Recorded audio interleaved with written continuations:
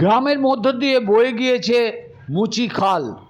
গ্রামের কৃষিজীবী মানুষের দাবি ছিল মুচি খালের ওপর তৈরি করা হোক পাকা কালভার্ট, আর সেই দাবিকে মান্যতা দিয়ে আজ থেকে কয়েক বছর আগে তৈরি করা হয়েছিল পাকা কংক্রিটের কালভার্ট। লক্ষাধিক টাকা ব্যয়ে কালভার্ট তৈরি হলেও আজও তৈরি হয়নি তার সংযোগ রাস্তা। একাধিকবার প্রশাসনের দ্বারস্থ হয়ে সমাধান না মেলায় গ্রামের মানুষ নিজেরাই তৈরি করলো সেই রাস্তা। এমনই ঘটনা ঘটল দেগঙ্গার 84 গ্রাম পঞ্চায়েতের ঢালিপাড়া সংলগ্ন ফকিরপাড়ায়। 84 ঢালিপাড়া সংলগ্ন ফকিরপাড়ার মধ্য দিয়ে বয়ে গিয়েছে বহু পুরানো মুচি খাল। মুচি খালের উপর কোনো কালভার্ট না থাকায় সমস্যার সম্মুখীন হয়েছিল ফকিরপাড়ার কৃষকেরা। মুচি খালের ওপারে বিঘা বিঘা কৃষি জমির ফসল চাষ করে ঘরে আনতে পারছিল না কৃষকেরা, খালের উপর সংযোগ সেতু না থাকায়। তবে গ্রামের মানুষের দাবি জোরালো হওয়ায় কালভার্ট মেলেনি সংযোগ রাস্তা, আর তার জেরে ঘটে গেছে একের পর এক দুর্ঘটনা। অবশেষে সমাধানে নামলো গ্রামের মানুষ, নিজেরাই তৈরি করলো সেই রাস্তা। বাঁশ কাঠের বল্লা দিয়ে তৈরি হলো রাস্তা। কতটা অভিযোগের ক্ষোভ ঝরে পড়ল গ্রামবাসীর গলায় তা শুনুন, তার পাশাপাশি দেখুন এই সেই নতুন তৈরি রাস্তা যা গ্রামের মানুষ নিজের পয়সায় তৈরি করেছে, আর যা নিয়ে কতটা ক্ষোভ ঝরে পড়ল গ্রামবাসীর গলায় তা শুনুন।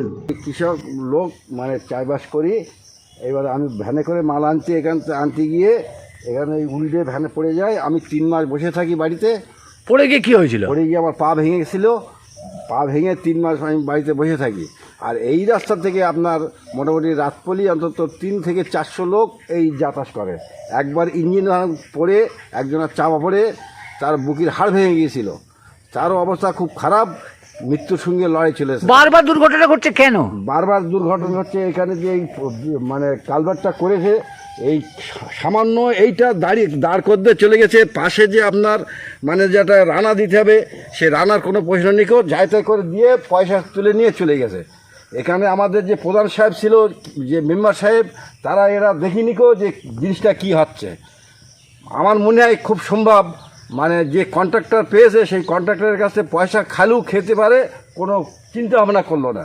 আমরা যেখানে 500 লোক বাস করি, সে 500 লোকের চিন্তা ভাবনা করলো, নিজের চিন্তা ভাবনা নিজে করে চলে গেল। এখন কি চাইছেন? এখন আমরা চাচ্ছি যাতে সুস্থভাবে আপনার এইটা রানাটা যদি দিয়ে দেয়, তাহলে আমরা এখানে 500 লোক ভালোভাবে সুস্থভাবে যাতায়াত করতে পারি, আর কোনো দুর্ঘটনা ঘটবে না। আর কোনো দুর্ঘটনা ঘটতে পারে। আপনার নাম কি? আমার নাম জুম্মান আলী গাইন। আমরা কৃষি চাষি। হ্যাঁ, চাষিদের যাবার যেখানে অন্তত 500 ঘর লোক এখানে আমরা বাস করি। কোন পাড়া?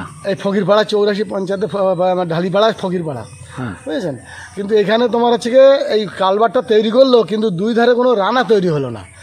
আজকের 10 বছর ধরে এই রানাটা তৈরি করলো না। তার জন্য এখানে একটা ভ্যান উল্টে গিয়ে ভ্যানটা অন্তত 10,000 টাকা খরচ হয়ে গেছে।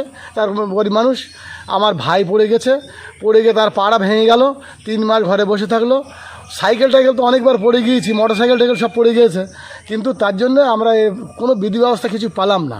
এই কালভার্টটা তৈরি করার কি উদ্দেশ্যে তৈরি করা হয়েছে? মাঠে যাওয়ার জন্য। কাদের? মাঠে চাষিদের যাওয়ার জন্য। কিন্তু এখানে প্রচুর এখানে তো প্রচুর মাঠ, কৃষি জমি, কিন্তু এই চাষের জন্য। কিন্তু সে চাষে তো যেতেই পারছে না, খুব কষ্ট করে যাচ্ছি আমরা। যাও মোটামুটি আমরা একটু নিজেরা খেটে একটু মাথা করে রেখে দিচ্ছি, কিন্তু যাবার কোনো লাইন নেই। স্থানীয় পঞ্চায়েত কি বলেছেন এই বিষয়ে? পঞ্চায়েতকে অনেকবার প্রধান নিজে এসে দেখে গেছে, যেমন সাবানা প্রধান ছিল, কিন্তু কোনো কাজ হলো না। সাবানা থাকতেই এই পাড়াটা করেছিল, কিন্তু দুই ধারে রানা করে দেয়নি। এখানে কৃষকদের জন্য কিছুই হলো না। আপনার নাম কি? আমার নাম শহীদ আলী গাইন। সব দিকই জানানো হয়েছিল, কিন্তু কিছুই করা হয়নি। এখান থেকে মানুষও যাওয়া যাচ্ছিল না, এমন পরিস্থিতি ভাঙা ছিল। এখন তবু এই করে বেঁধে ভ্যান নিয়ে টসলগুলো নিয়ে, এমনি তো একসময় শোনা গেছে, আমি দেখিনি, আমার বিয়ের আগে শুনেছি যে ভ্যান সমেত পড়ে গিয়েছিল নিচেই ভেঙে, তারপরেই পোলটা করেছিল, কিন্তু তারপরে ভাঙার পরে আর কোনো কাজ হয়নি। কিন্তু না করলে কি করবে? আপনারাই করলেন? গ্রামবাসীরা মিলেই তো এখান থেকে ফসল নিয়ে আসার জন্যই করা হয়েছে।